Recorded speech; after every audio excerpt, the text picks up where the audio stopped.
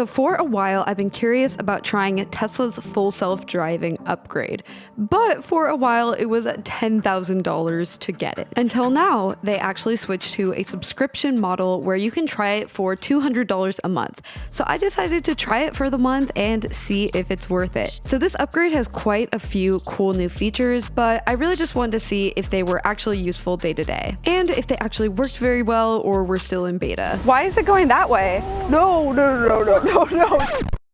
But before we get into testing the full self-driving, I wanted to thank the sponsor of this video, Omaze. I'm sure you guys have heard of Omaze at this point if you've seen my videos. They give away really cool, unique prizes while donating money to different chosen charities all around the world. So what they're giving away this time is, I think, the best Tesla prize that you could get. They're giving away a Tesla Model S Plaid Edition. So it goes 0 to 60 in 1.9 seconds. Just insane. It's the fastest car ever made. So they're giving away the pearl white one with the black interior with the wood trim. It has a range of 390 miles, which is almost double what mine has. So the charity that this giveaway is supporting is called Reverb, which partners with musicians, festivals, and venues to green their concert. They've already eliminated over 180,000 tons of CO2 through their Music Climate Revolution campaign. So if you want to enter for your chance to win the Tesla Model S Plaid and support Reverb, go to omaze.com/ShelbyC. I will also have it linked down below. Check out the link down below and let's get into the video. So to get full self-driving, it is really simple. You just subscribe on the app. You don't have to call them, go into a store or anything like that. Then I did a software update on my car and I had all the features available. So you do have to go in and turn them on. And this is where you can see all the new features you have. The main ones are Navigate on Autopilot, Auto Park, and Smart Summon. And then you can customize them a bit and kind of just change, like how fast you want it to go, the bumper clearance for Summon. And they also remind you that all of this stuff is in beta and you do have to pay attention to it. So the big thing with this full self-driving upgrade is Navigate on Autopilot, which will do auto lane changes. With the normal self-driving, you have to change lanes yourself. So this is more advanced and potentially more convenient. So when you have full self-driving and it can do the lane changes for you, there is a feature called Mad Max mode where it will be way more aggressive. And I've never tried it out, but I'm going to today. I guess it will change lanes for me, just do everything. It will try and get there faster, and it sounds really kind of scary. But yeah, we'll see if it's something that I would use. Okay, so we are on Navigate on Autopilot. It's doing all the lane changes and everything for me. We have to get on a different freeway in 1.5 miles, but it's gonna decide when it's gonna get over and all that stuff. Oh, okay, so we're changing lanes to follow the route. So I'm watching to make sure it's like a good time to, and yeah, we're good. Whew. That is pretty nice that it just does that. Oh, and so this is funny because of Mad Max, it noticed like that truck is going kind of slow, so it's passing it. Wow. So if you're late to work. Yeah. So it is kind of convenient that it will do the lane changes, although I think because I'm not used to it, it does feel a little scary and I wanted to pay full attention to what was going on. I actually found that throughout the month, I kind of preferred to just do my own lane changes because driving in LA, people are like kind of aggressive and unpredictable. And I found the Tesla to just sometimes be too hesitant and then you didn't really get much of a chance to get over. Awkward Tesla. No. No. So there, for example, it slowed down so much at kind of a weird time too that the cars on the right started to pass me and it never actually ended up getting over. So just things like that, I find it was just kind of easier to do it myself sometimes. It hasn't just like cut someone off or done anything really like dangerous. It just, it notices, okay, the car in front's going a little slow and then it speeds up enough, but it gives enough room. Like it hasn't done anything weird. So this is overall a nice upgrade. I think a little scary at first, but I could see how you would get used to it and it would just be really convenient. So the feature I was most excited to try out is called Summon, and it allows you to move your car without even being in it. So you control it using the app and you do have to hold down the entire time that it's moving, and if you let go, then the car will stop. So I very first tried it in a pretty empty parking lot, which is what I would recommend because it's very nerve-wracking at first. So you can move it manually, or you can do what's called Smart Summon, which is where it will find you in the parking lot.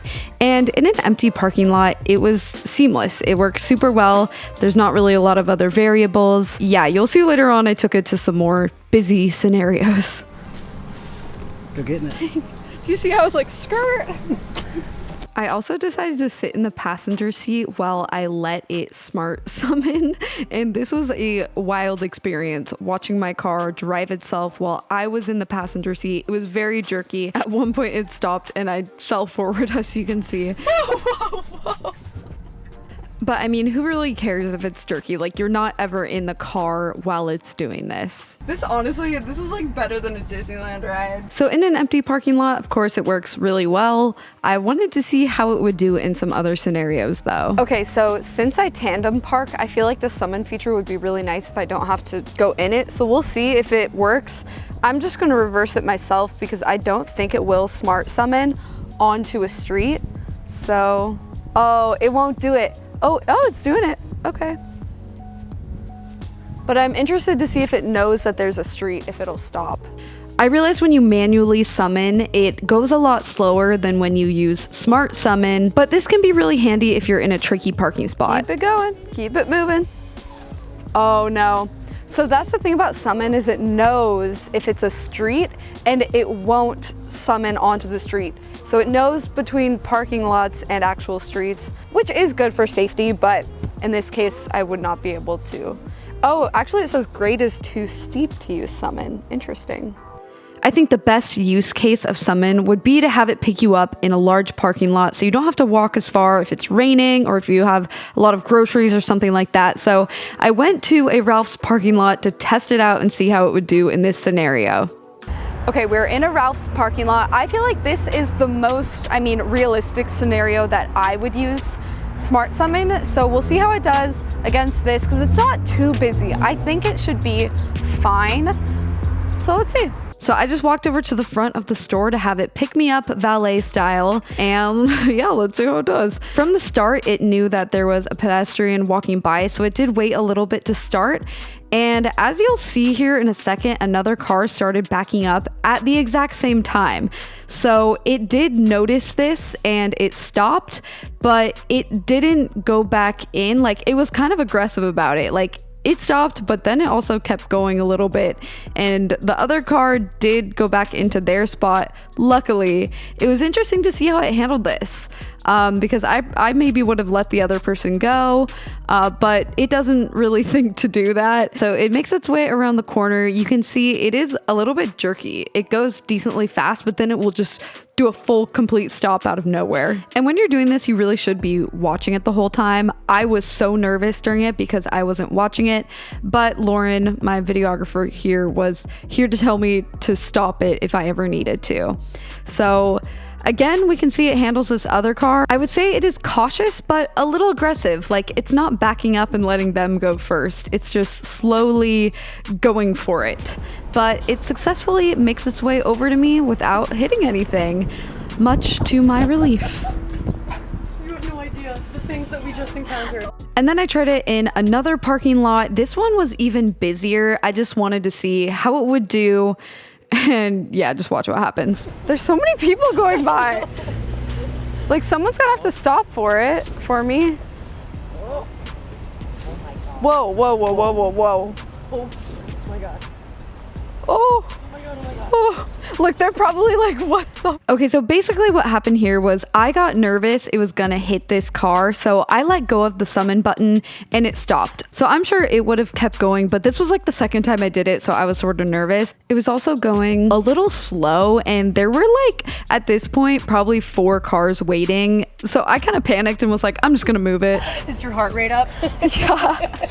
It's okay. I didn't even make eye contact with the other people because they're probably like, how is that car? They probably backed out and they're like, this car is facing me and there's no one in it right now.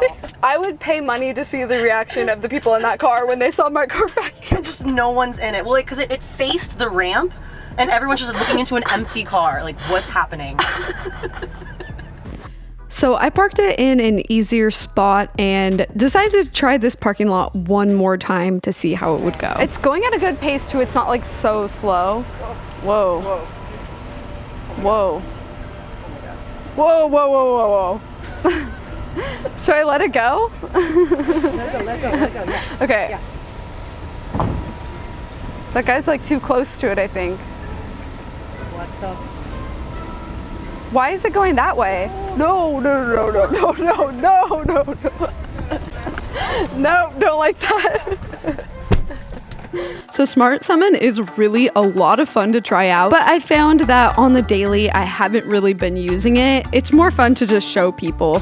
Another cool feature you get is auto park. So with full self-driving, it can parallel park and back into parking spots, but I learned it's kind of tricky to get it to do this. So we're looking for a spot to park, but it's not popping up.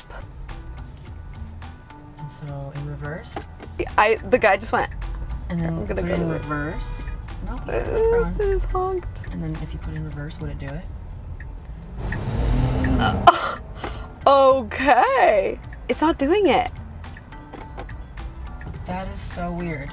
I think it honestly is just very Finicky. few and far between that you can actually use this feature. Like it has to be the perfect conditions.